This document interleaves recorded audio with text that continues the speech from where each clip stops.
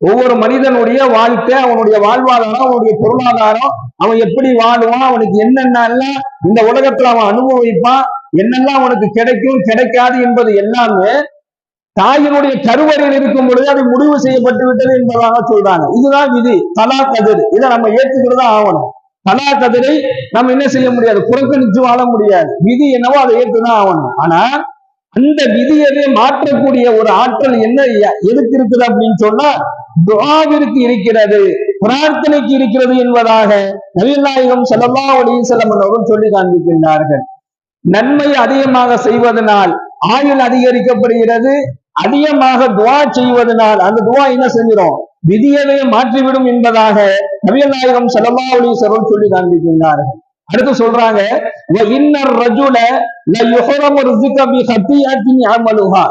ஒரு மனிதன் அவன் செய்யக்கூடிய பாவத்தினால்